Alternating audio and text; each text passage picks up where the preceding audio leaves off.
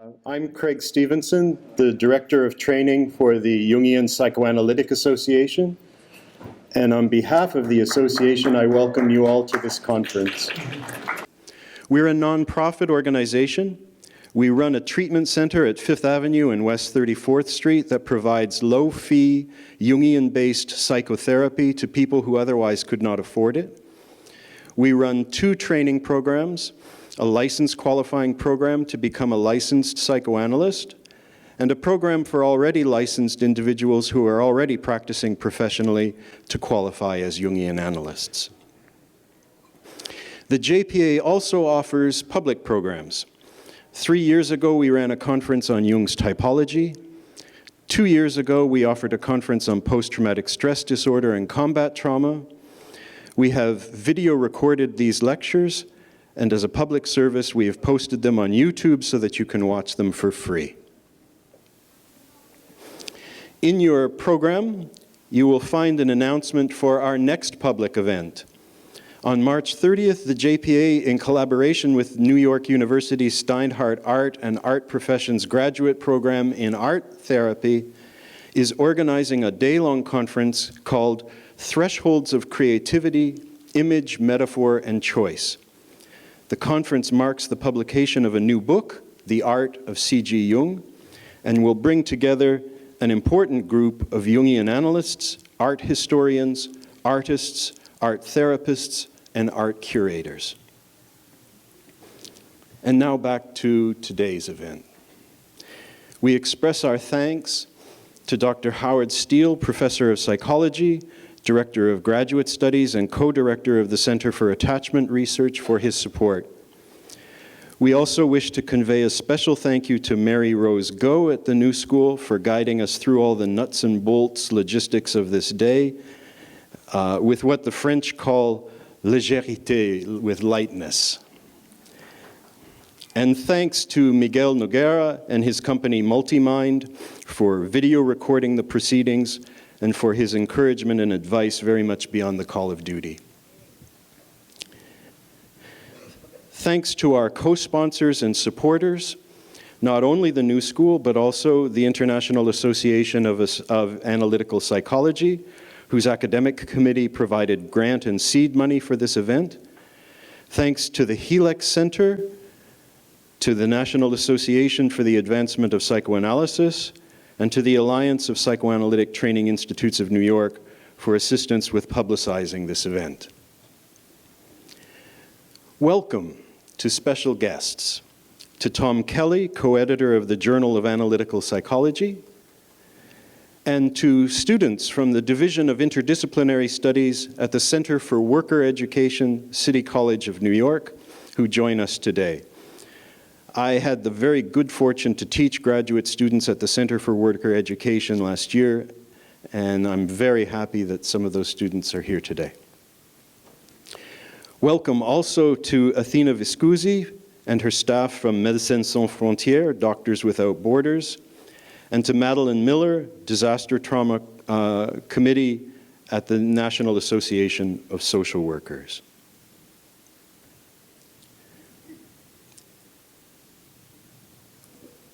In memoriam.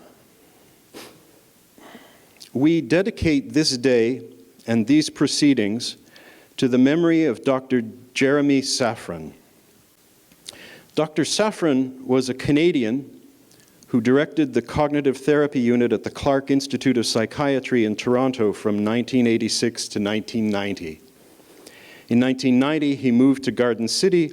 In 1993, he was appointed Professor of Psychology and Director of Clinical Training at the New School for Social Research, a position that he held until his death last year. He was also a faculty member at New York University's postdoctoral program in psychoanalysis. Dr. Safran was an innovator and a wonderful collaborator and a bridge builder between academic disciplines and between psychotherapeutic practices. He worked to develop and refine the theory and practice of relational psychoanalysis. He wrote about psychoanalysis and Buddhism. Where others were inclined to build walls, he created alliances. He was a friend to us at the Jungian Psychoanalytic Association, co-sponsoring our public event in 2017 on post-traumatic stress disorder and combat trauma. He gave his blessing to this program on displacement and the refugee crisis, and we acknowledge both his presence with us today and his absence from us.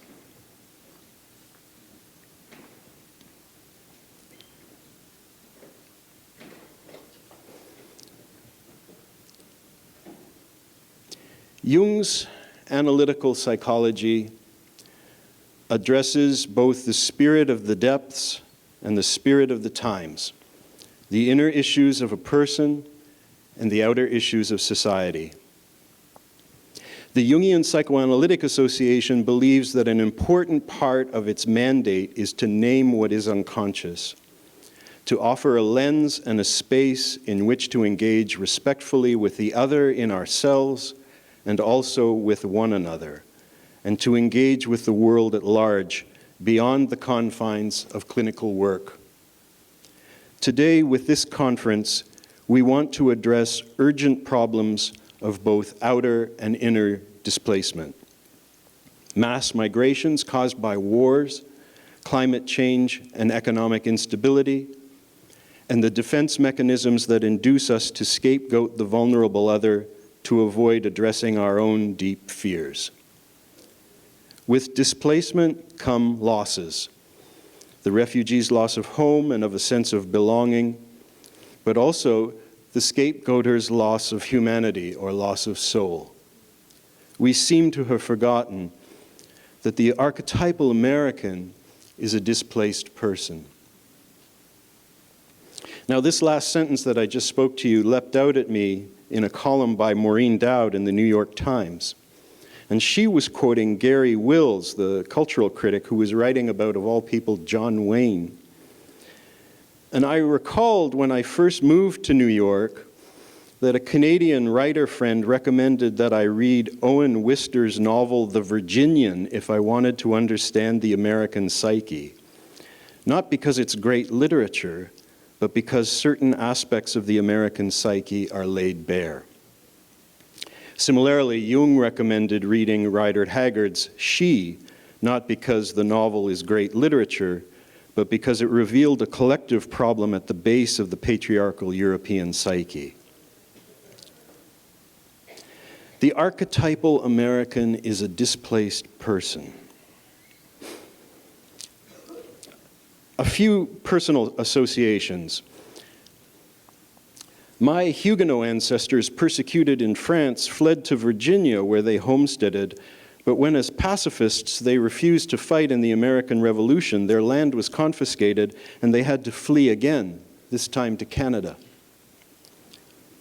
A second association, John Howarth, the JPA's public representative, who is Senior Executive Emeritus of the National Museum of the American Indian at the Smithsonian Institution in Brooklyn, reminded me that the original Manhattanites, the Lenape peoples of the island of Manhattan, were collectively, involuntarily, displaced from their ancestral homelands.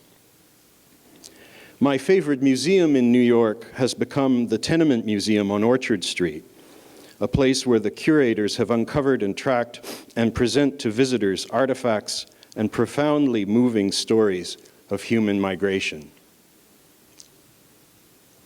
Today, we intend to take up the concept of displacement and reposition it at the center of an interdisciplinary discussion about identity and memory. How do these problems manifest in our clinical spaces, in therapeutic work, in support work, in public policy, in humanitarian action, in dreams? And now I'll ask my JPA colleague, Lisa De Benedictis, to introduce our first speaker. Renos Papadopoulos is Professor of Analytical Psychology and Director for the Center for Trauma, Asylum, and Refugees, also a member of the Human Rights Center of the Transitional Justice Network and of the Armed Conflict and Crisis Hub, all at the University of Essex, as well as honorary clinical psychologist and systemic family psychotherapist at the Tavistock Clinic. He's a practicing clinical psychologist, family therapist, and Jungian psychoanalyst who has spent most of his professional life training and supervising those from these three fields. He was a member of the executive committee of the IAAP for several years, where he was also responsible for setting up its developing groups. Editor of Harvest for 14 years, founding editor of the International Journal of Jungian Studies, and co-founder of the International Association for Jungian Studies.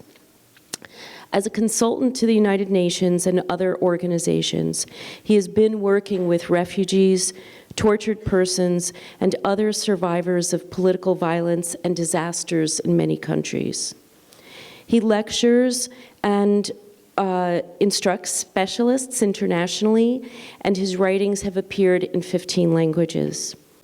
Recently, he has been given awards by the European Family Therapy Association for lifetime outstanding contribution to the field of family therapy and systemic practice, by the University of Essex for the best international research impact, and by 2 Mexican foundations for his exceptional work with vulnerable children and families in Mexico. I'm especially privileged to introduce Renos to you today.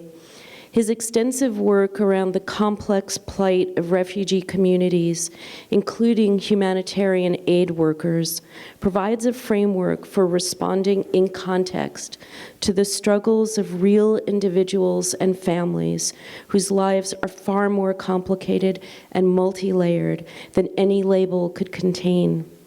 I'm grateful for his work addressing this challenge in the spirit of our times. Renos? Thank you, Lisa.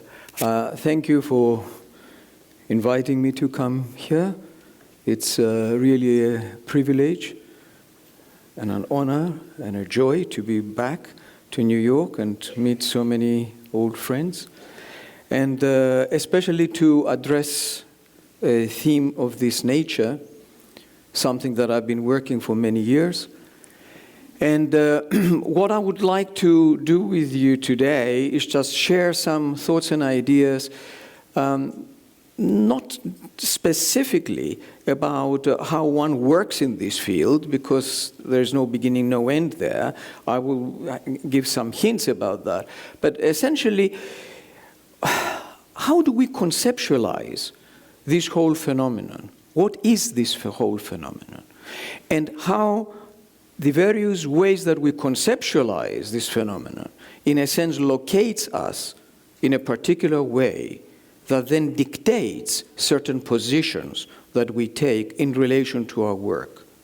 So it sounds a bit sort of complicated, the title, but I really mean it. It is prolegomena. It is what is it that we need to think and understand before we even begin to speak, before we speak prolegomena, before we speak about that, what we need to think in terms of conceptualizing these issues. And I want to begin with not forgetting that we're here in this, at the New School, which in 1933 established the University in Exile and the École Libre des Autres Études to serve as an academic haven for scholars escaping from Nazi Germany, among other adversarial regimes in Europe. In other words, we're talking about a sense of place. Well, here is the sense of place where actually some action was taken in relation to the displaced when it mattered.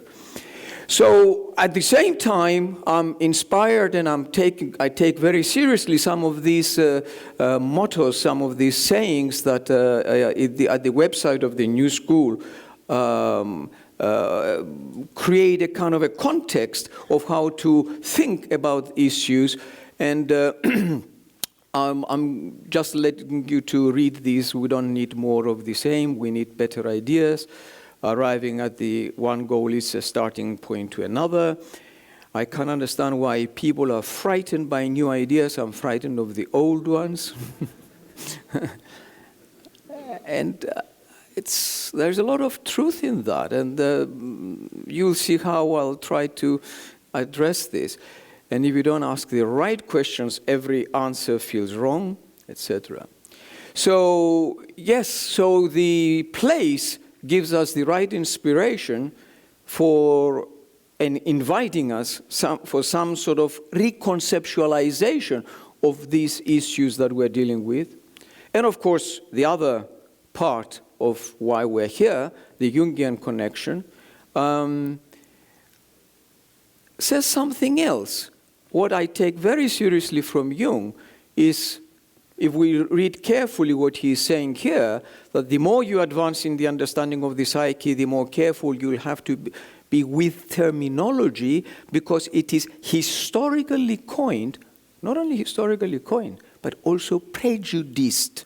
So what is historically coined and prejudiced when we're thinking of issues like displacement? So, yes, correctly, Craig talked about the inner and the outer, which usually we would understand in terms of inner, something like intrapsychic, or referring to intrapsychic or psychological realms, may refer to that, or outer, historical, geographical, material realms, etc. That's not wrong, but we need to create a context where we can reconceptualize this in a different way. And to begin with, being social scientists, we need to be aware of two perspectives of understanding these complexities, both in terms of their essentialist as well as their constructivist perspectives. In other words, when we're talking about displacement, yes, people have been displaced from one location to another, but at the same time, so that is real, it has happened geographically, but also there is a construction there. What is the meaning of displacement? What is the moment we call somebody a refugee, the moment we call somebody a migrant? There is a whole package of meaning that comes from so many other contexts. So it's important for us to dance very delicately between the essentialist and the constructivist perspectives. So we need to be fully aware of both external realities, events, circumstances, etc., as well as the way we construct perceptions, experiences of these external realities, and the impact these constructions have on individuals, families, communities, the meaning that we give to them, constructivists. And of course, when we're talking about we construct them, or they construct us, or they are constructed, so immediately we are pushed to begin to reconceptualize things. So we're not talking about these constructions being something that we decide to make, to form, but is something that involves wider contexts, and therefore we need to be very aware of the various factors that affect these constructions, both at a personal and collective level, as of course the interrelationships of all the above. So, quite a formidable task. So it's not just simply, are they dispossessed, or are they dislocated, or are they displaced or not? So therefore, we need to think about what is the nature of this phenomenon of displacement, which is not just really psychological, surely not.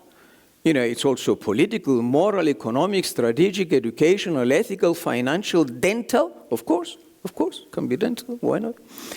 Social, legal, spiritual, public health, environmental, cultural, ecological, etc., etc., etc. It's a multi-dimensional phenomenon, and also each dimension has many, many facets. And therefore, immediately we say, okay, I'm lost. And this is where the work begins. After we are lost and we understand the complexities and how to find a way to go through these, I was going to say dance again. Okay, so But there is a predominant discourse when we're thinking about this phenomena, which is usually referred to as the trauma discourse. Or in other words, the psychological formulation appears to provide somehow the ultimate understanding. We have this kind of bias, belief, conviction, understanding that if you talk about the psychological understanding, then you really get the reality of the situation. For example, I don't know, President Trump is narcissistic. He's the archetype of narcissism. And then now we understand really the essence of what he is. So I think we need to be a little bit concerned not to throw away the psychological dimension, but find an appropriate place for it, and certainly not replace it for the totality of the considerations when we're thinking of phenomena of this nature. So when we're thinking about the predominant trauma discourse, when we're thinking of the displacement, we cannot dissociate it from the wider phenomenon of the position of psychology in our culture in recent times. Everything somehow needs to be seen from a psychological perspective. Historians of culture, we can talk about the influence of Freud, etc., of psychoanalysis.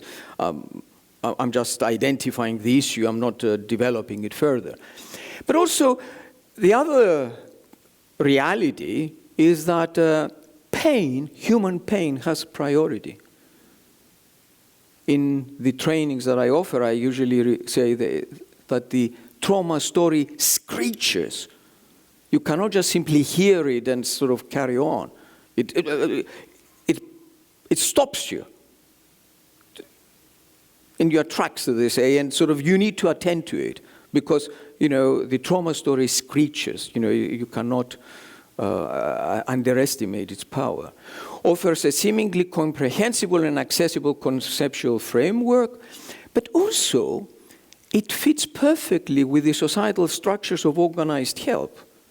In other words, in order to help these people, who is going to help them? If we follow the societal discourses of the expert, that, I don't know, if your car is damaged, you go to a garage mechanic. So if you are displaced, where do you go? Okay, mental health professionals are the specialists. Are they? What are the advantages and disadvantages of doing that, or doing only that, outside the complexity of other perspectives? And the effect of all of this, of the predominant trauma discourse within this context of phenomena of displacement, is that we tend to psychologize and indeed pathologize human suffering. And I think we need to be quite careful about the consequences of that. So, let me be a little bit more specific, because when we're thinking about the displaced, there are certain very clear perspectives. So, according to President Trump, the displaced are, and immediately I'm putting there the brackets, is it an essentialist construction or a constructivist construction? So these are his words. They are drug dealers, criminal rapists. They are stone-cold criminals. They are bad people, not little angels. Tough people. They are hardened criminals, etc. Okay? That's one very clear perspective. No question about that. There is also another perspective, which is this. We can really talk of the enormous risk of Syria facing the problem of a lost generation. And if there are two words that come to my mind, those words are trauma and anger. First of all, trauma. 75% of the children fleeing Syria have less than 11 years old. I met many of them. I've seen people with loss of speech. I've seen children with broken sleep. I've seen children with forms of behavior that were very challenging, very strange. I remember one child of 4 years old with a family in a tent in Zatri. During the 15, 20 minutes I was with them, she was compulsively shooting with a toy gun. And it was impossible for the family or for myself to make the child stop. I've seen lots of drawings of children in school, and with planes bombarding, with soldiers killing each other, with houses being destroyed, with civilians, including children, dead. This is indeed a situation in which those children are not only paying the tragic events they are living, they will be paying it for the rest of their lives. So, essentially, what President Trump is saying is that the displaced people basically are dangerous. That's the message that he's giving. And what Antonio Guterres is saying is that they are vulnerable. Two completely different dominant images about these people. And of course, I'm trying to sort of dissect a little bit that. The displaced, according to Guterres, he calls them lost generation, trauma and anger, forms of challenging behavior, broken sleep, a 4-year-old compulsively shooting with a toy gun, drawings of war scenes, and they will be paying for the rest of their lives. That is his image. And what I'm saying is that these are two different clusters. Cluster A is the dangerous, which is, and if we want to really develop that a little bit more, the key images and words are bad, inhuman, ruthless, deceitful, or something like that. You know, all of us can even add to those words. The image within that cluster of dangerous, image of them is negative and hostile, of course. What evokes in us in relation to them is fear, repulsion, alarm, hostility. What evokes in us in relation to us is the need to be protected from them, to seek support, fearing for our vulnerability. The impulse, therefore, is to keep them out, and the action is to minimize the threat from them. So you see, it's a coherent cluster. Once you begin with a perception that they are dangerous, everything else follows. And you can add to that, and you can see the coherence of this type of cluster. Equally coherent is the other the cluster, that they are vulnerable. They are not dangerous, but they are vulnerable. And the key images here are good, but damaged. These are damaged, they are lost, they will be paying for the rest of their lives. And the image is, of them is positive and friendly. What evokes in us is compassion, pity, concern, evokes in us in relation to them, sense of being privileged, fearing our own vulnerability, impulses to assist them, to bring them in, action to protect them. So you see how these logical clusters are activated once you begin to touch one part of the archetype. In a sense, you get the whole package there. And there are really serious questions there.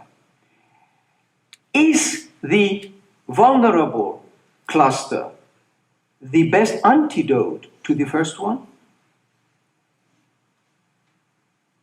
Is to say that let's help them because they are vulnerable. Let's help them because they are traumatized. I question that. I think we should have a discourse that says, let's help them because according to their human rights, they deserve to be helped, not because they're damaged. And we don't need to emphasize their damagedness, or we created an image of them being damaged so that we can help them. So these are some of the things that I am trying to convey to you about the subtleties of wider discourses interfering in terms of how we form our own positions in relation to that. Because really, when we don't know these people, they are sort of shadows in the night, sort of walking into our lives, and when they begin to see them, we don't really know them. They are nameless people. Occasionally, they have a name. We know the name, Alan Kurdi. But then, what do we make of that? Is that the real Alan Kurdi, or we just make an icon of that?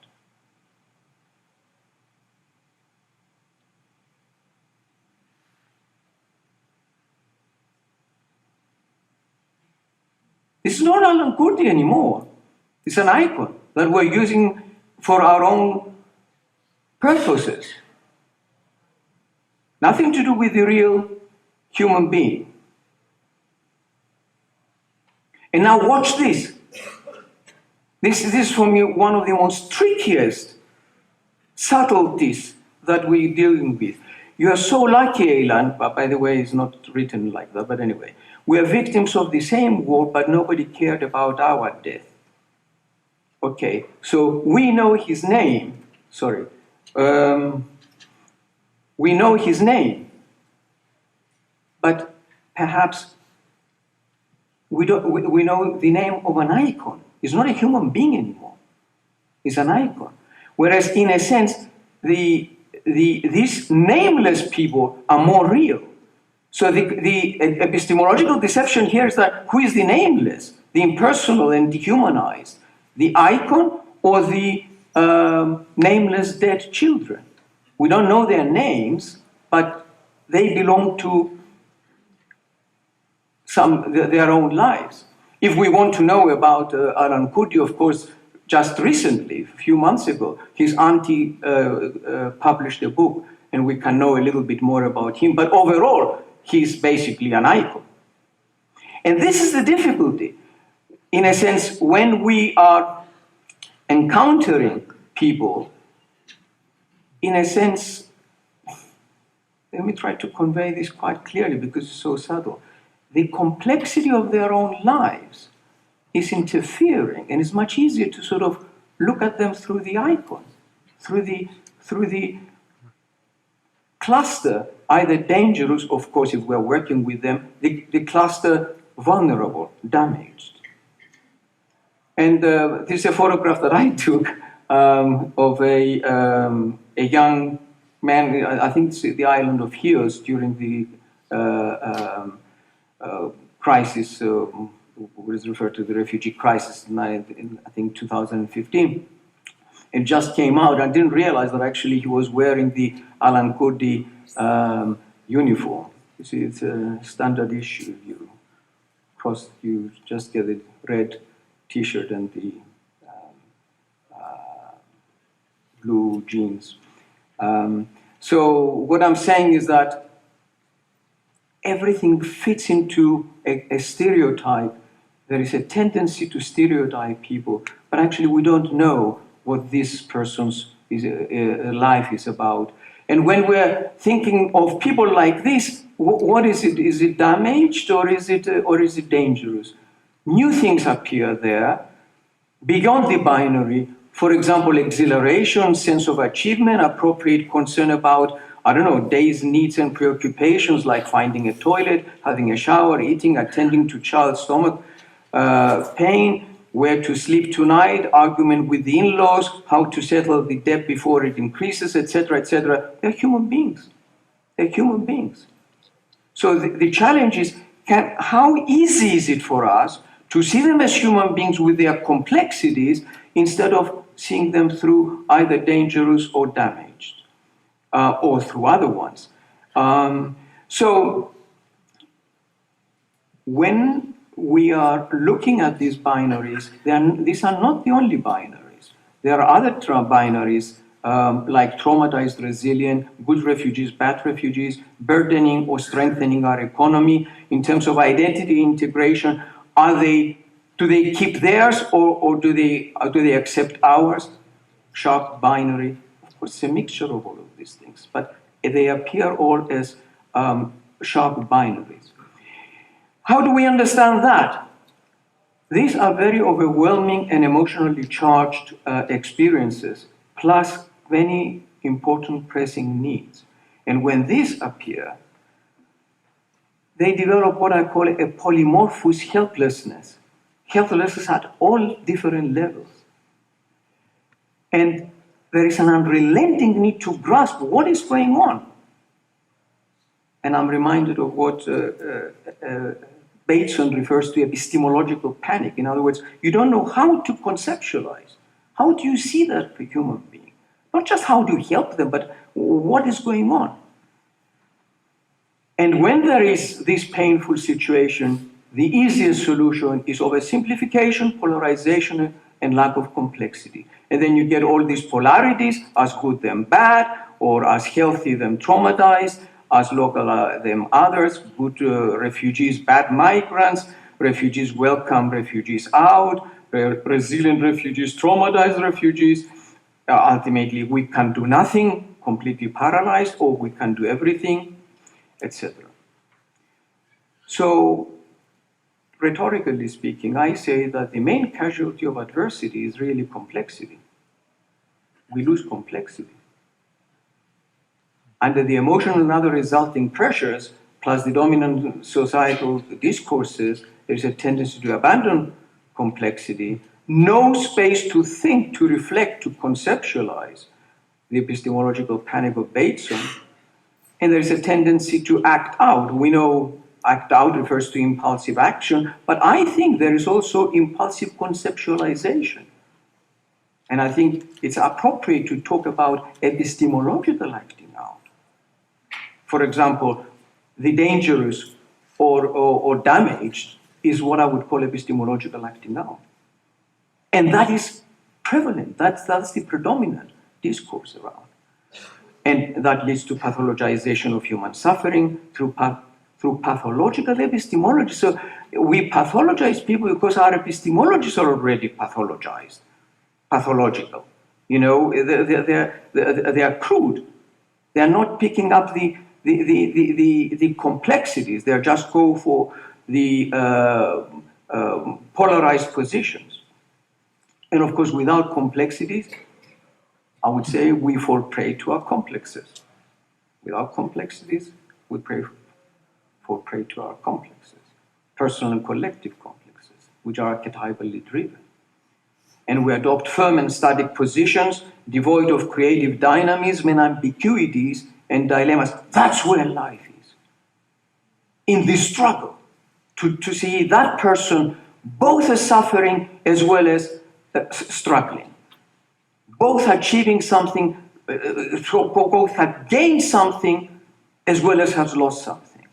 That's where life is, the in-between, in the shades in between, in the nuances of, not in the archetypal clarity positions, black and white. And then without the complexity, we get this kind of no one is legal, or these wonderful slogans. These are slogans, essentially. Open borders, come on. You know, I mean, stupidity. Yes, we care about people. You cannot open borders. But you see these kind of extremes. Or no refugees not welcome, etc., go back, etc., etc. Just polarized positions. So polarization and oversimplification, yes, it is a type of a defense mechanism, looking at it from a psychological perspective. But also, I think, has a lot of what I would call archetypal dazzling. There is some sort of luminosity there, as Jungians would say. But also it fits with wider societal discourses, how we present and represent public tragedies. That's a whole different issue that often we forget. I've written, I'm quite interested, what is the function of ancient tragedy? Ancient Greek tragedy, where, again, they were dealing with public tragedies, but with what subtlety? And issues like fear and pity and all of that in Aristotle, trying to understand the complexities of there, not just simply boom, boom, powerful things one way or another. So how do we, in our society, present and represent public tragedies? That's a very big field that should be part of our concern when we're thinking of these issues. Also, it connects with the rhetorical structure of language. And we should not forget that. And that's not just defense mechanism. So psychology is not everything. We can learn from rhetoric. There is a lot of rhetorical structures in these polarizations. So there is a sliding, what I call epistemological distortion, when we develop incorrect oppositionalities, the Trump and the Guterres, the opposite of dangerous is not vulnerable. It should be human, but human is complex. And we just abandon the complexity and we go for another equally dehumanizing perspective. With the Alan Kurdi, the personal and the impersonal is not just, it's another sharp division there. And again, with the displaced, in our effort to help, often we resort to othering processes which dehumanize those who want to help. And another lack of distinction as part of this is the distinction between victim of events and developing a victim identity. Yes, these people are victims of certain adverse events and circumstances. They lost their homes, half of their families were drowned or whatever, etc. These are actual, this is essentialist, this is reality. But that doesn't necessarily make them victims. And we need to make a huge distinction between being victims of events and developing a victim identity, which is something that disempowers and develops learned helplessness and ignores resilience, etc., etc. So there are a lot of finer distinctions that we need to attend to in these situations. Otherwise, we fall prey to these generalizations. Another one is the distinction between distress and disorder. There is a huge difference between distress and disorder. Not every distress is disorder. And therefore, not all effects can be addressed by mental health. I would say that these changes that people undergo during these situations are radically transformational. We can call them, ontological, existential. People are shaken to the core of their beings, not just in terms of their psychology or in terms of their finances. They view the world themselves upside down. They don't know what has hit them. So these are substantially transformational phases with negative and positive effects, and we're there, and we should be there to help them recover in a way that they can develop the positive ones as much as possible. So therefore, the central challenge is how to develop and deepen our understanding without involving dehumanizing othering process. For example, I don't know how many of you, Stark, I cannot see you, I wouldn't ask you to raise your hands, but how many of you are aware of the Global Compact for Safe and Orderly Irregular Migration that was negotiated just recently, last month in Marrakesh, of the United Nations initiative that actually started with the New York Declaration in 2016. And this is an attempt to try to understand migration from a widely complex perspective. But it's not part of the everyday discourse. The everyday discourse is what Trump is saying and what is Guterres saying. All of this at the websites of this. I urge you to have a look at this. So, it brings us then to this. Over the years of working in this field, I felt the need to find ways of counteracting the lack of complexity and how to introduce orderly complexity, not confusing complexity, but orderly complexity. And the best way that I found is to try to look at the responses, the consequences of exposure to adversity in terms of three columns, which is sort of very logical, but real also. Yes, there are negative consequences. There's no question about that. But also a lot of unchanged ones, positive unchanged and negative unchanged. But also there are a lot of positive consequences as a result of being exposed to adversity, which I call adversity-activated development. in all languages, in all cultures, there is the expression, whatever doesn't kill you strengthens you, and that's a reality. It's not an empty word. It's not an empty slogan. So people can get strengthened from these situations, but if we're there to talk about their trauma and nothing else, of course we're not going to pick up that. And they're not going to be picking up that because they will be looking at themselves only as damaged people. So even within the negative, it's important to differentiate different gradations of negative. For example, the most difficult one, the most severe form of negative would be a psychiatric disorder like PTSD, but there are also other psychological symptoms, and also a lot of the majority of people experience these situations not as wonderful situations, but as examples of ordinary human suffering. A lot of people say to me, it was Allah's will. It was Allah's will. They have a meaning system that say it was painful, but it's part of human suffering.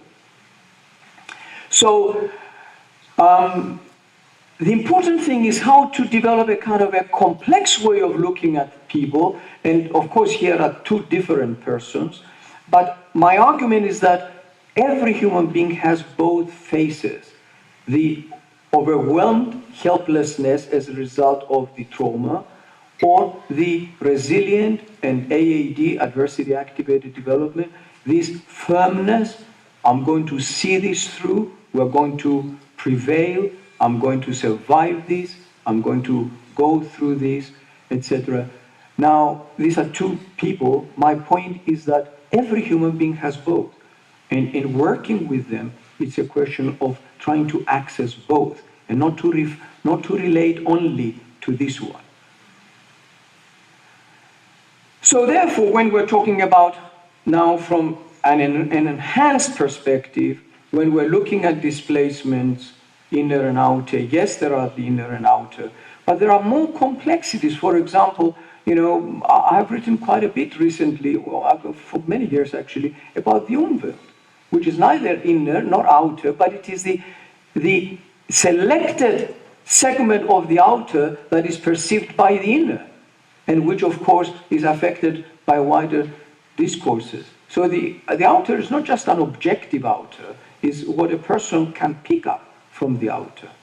So we need to think of more complex ways of understanding the inner and the outer. Otherwise, we fall into what I call a barbarism of the concrete, when we lose our epistemological agility and we confuse different discourses. And displacement from what? Is it just only from a house or from a land?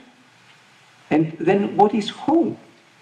What do we mean by home? And what do we mean by involuntarily losing home? That's why, some of the things that I've developed over the years, and this is not a place, I'm just identifying a couple of them. For example, developing the idea of homeness, which is not just having a home or not having a home, but what is the degree of sense of home you have here or there. So by homeness, I'm talking about the degree of the strength of the feeling at home, of experiencing a place as home, in terms of stronger or weaker, more powerful or less powerful, in terms of its centrality to our lives or not. So we're talking about the dimensional quality of home. Because we usually will say, oh, where is your home? Oh, he lost his home. But there are so many different homes, and different ways of understanding home. And again, I'm not going to go into details, but you can even develop something what I call cartography of homes, and play around. I don't mean play in terms for fun, but I mean you can look at in the past different types of homes one had, and the kind of texture of that home. And you can engage with them in terms of these complexities of home. Not just simply you have a home or you don't have a home, or you lost your home or you are displaced from your home. And that increases the richness and the complexities. And there is the finer than discernment of key phenomena. And then we can talk about the terms that I needed to develop in order to understand these complexities, like what we're displaced from is a sense of what I would call onto-ecological settledness. The totality of my being with the totality of my environment, the way that they relate, there is some kind of settled familiarity there. And that is what people lose. And when they lose that, there is something that I call nostalgic disorientation. It's a type of disorientation with a very strong nostalgic element of wanting to recreate that. So these are the finer things that we need to develop. Otherwise, we just fall into stereotyped and lack of complexity, and we're driven by our complexes. And then this was a poster from UNHCR a few years ago, Spot the Refugee. Who is the refugee? I mean, who is the refugee? It's not just something that you can identify externally.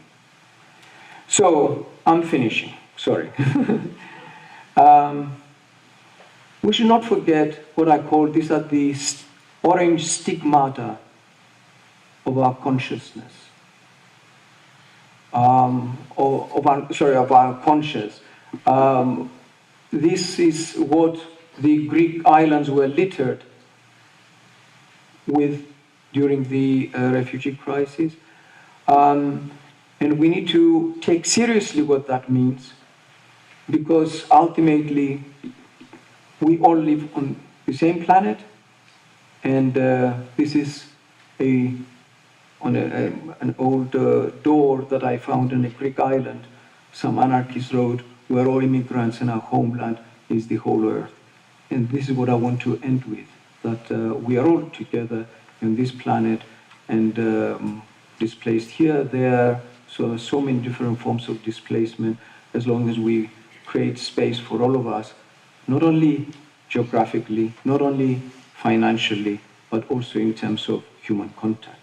Thank you.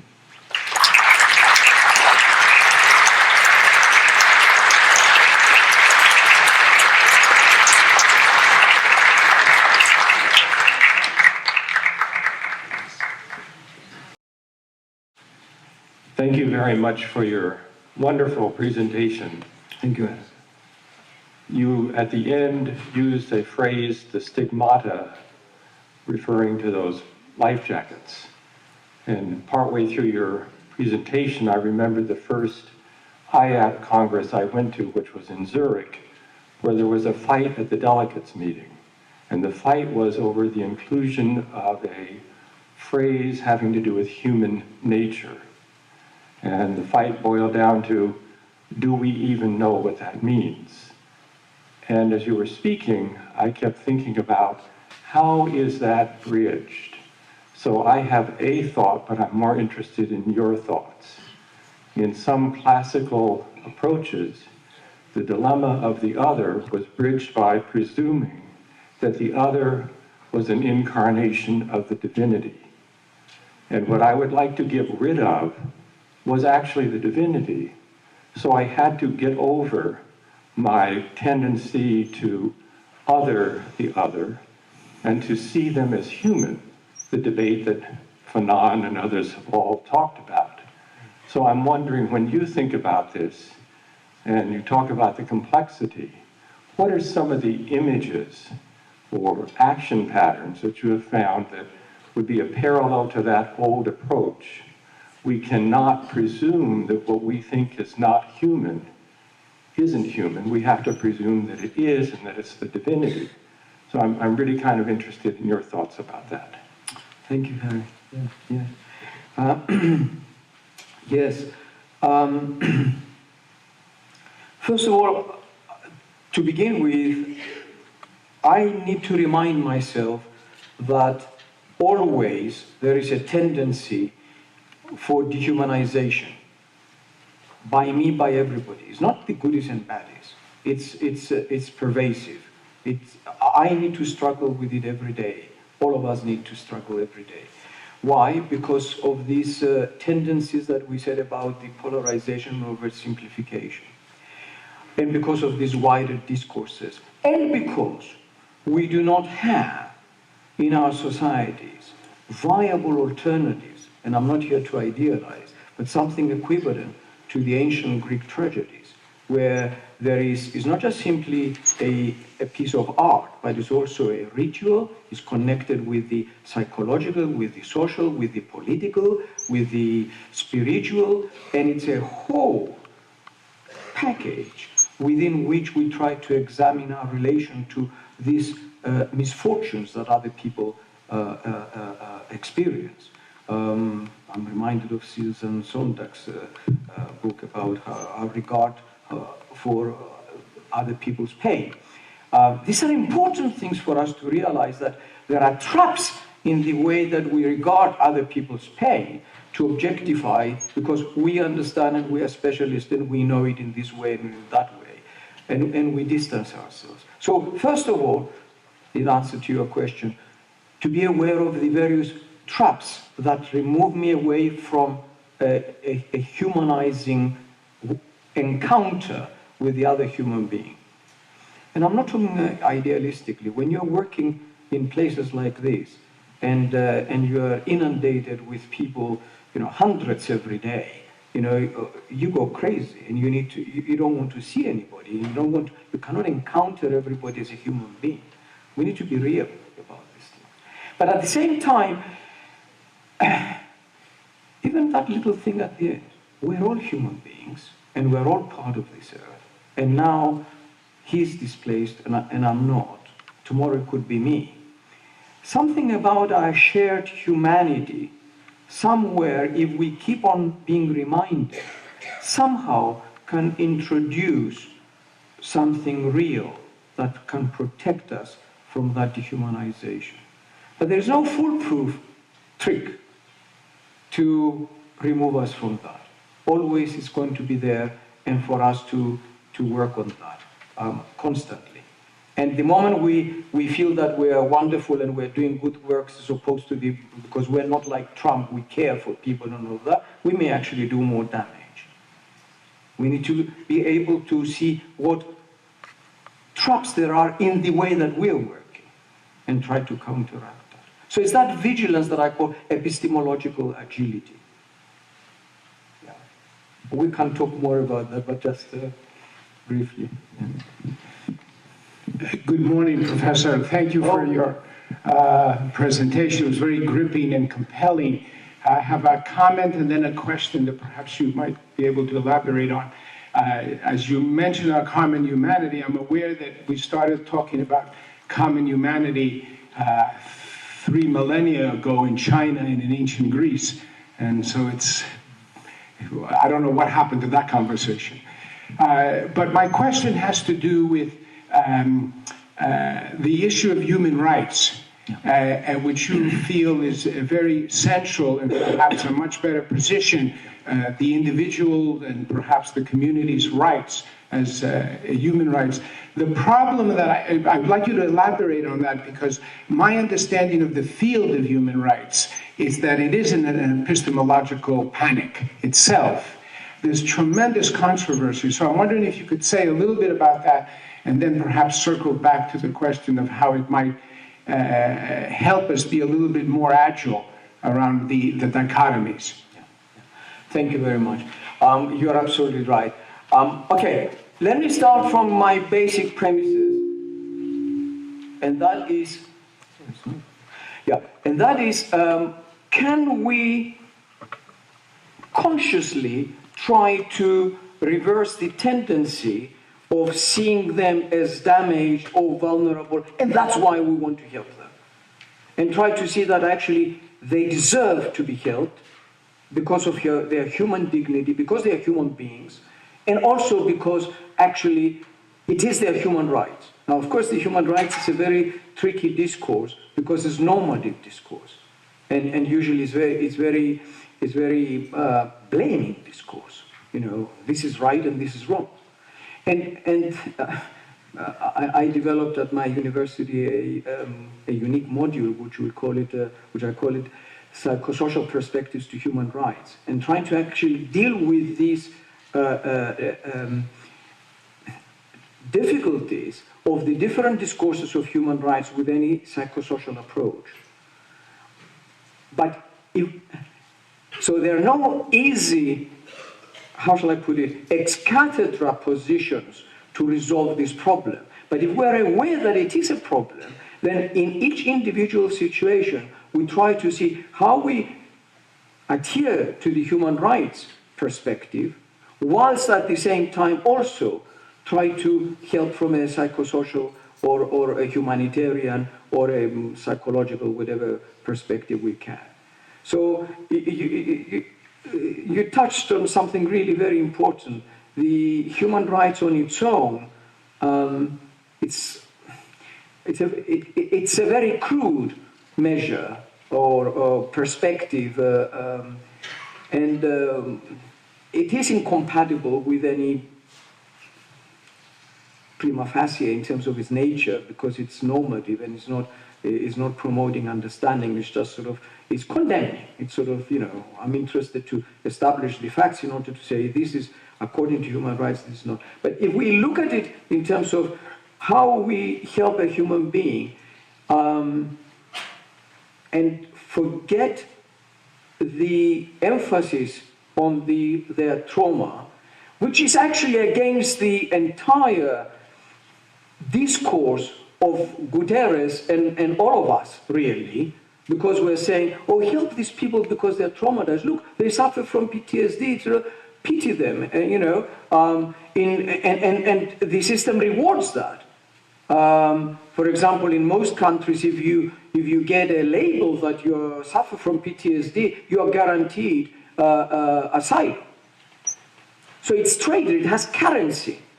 So as long as we are aware of these complexities and tendencies to define people according to these discourses, then we may be more free to understand the uniqueness of each situation in front of us and be more real as much as possible.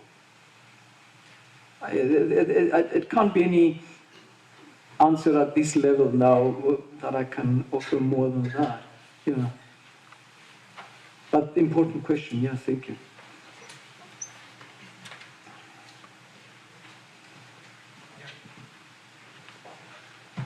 Thank you for both a complex, sophisticated, and very understandable presentation that will certainly help me in my work. I'm also a Jungian analyst. But in terms of human rights, doesn't our conception of human rights come from our orientation as well? So that if you ask somebody like Guterres what are human rights, it would come out of his ontological perspective, let's say, versus somebody like Donald Trump.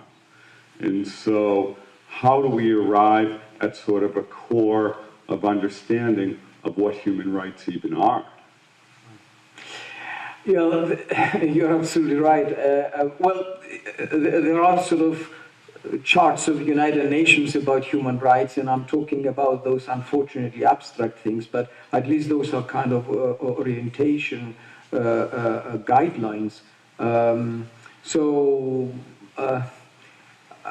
This is the thing, that human rights actually, as I said, is normative and judging.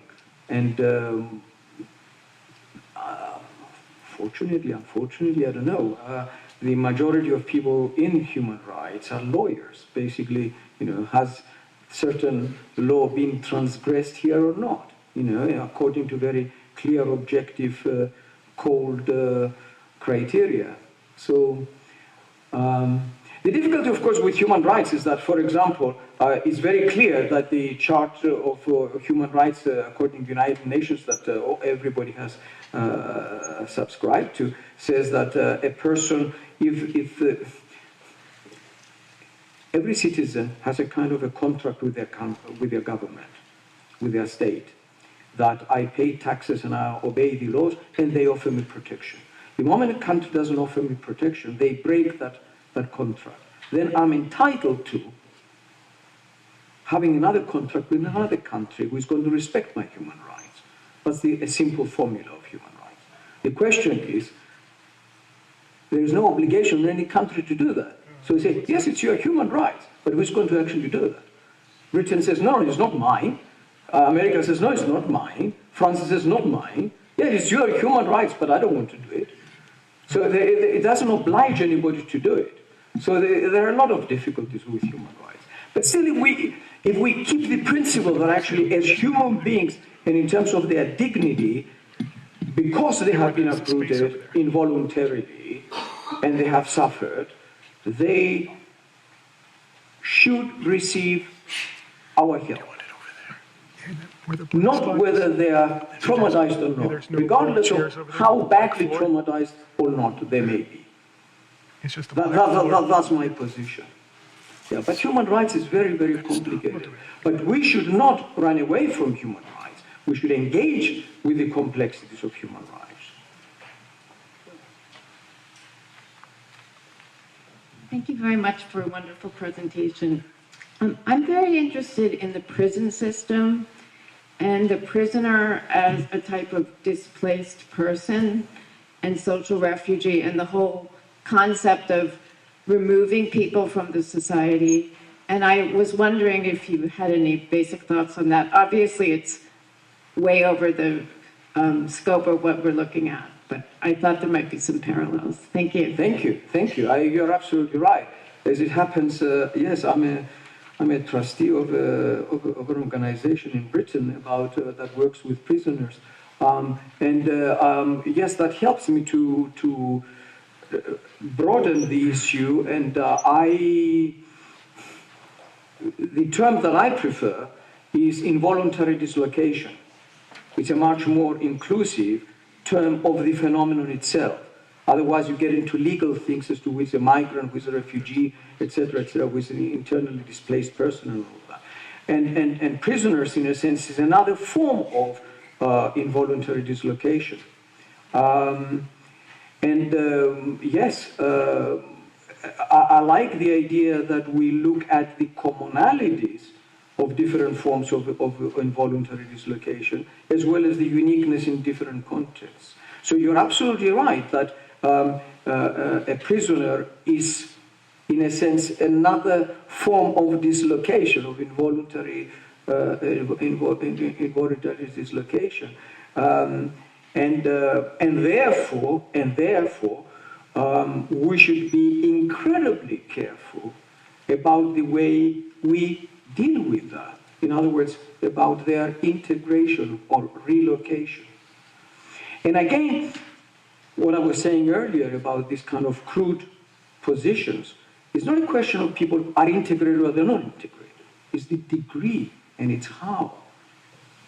And how do we help them connect with different facets of integration.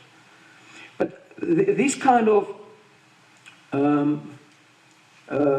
barbarism of the concrete that I'm saying forgets about these different shades, and especially with prisoners is something that we're reminded of the duty that we have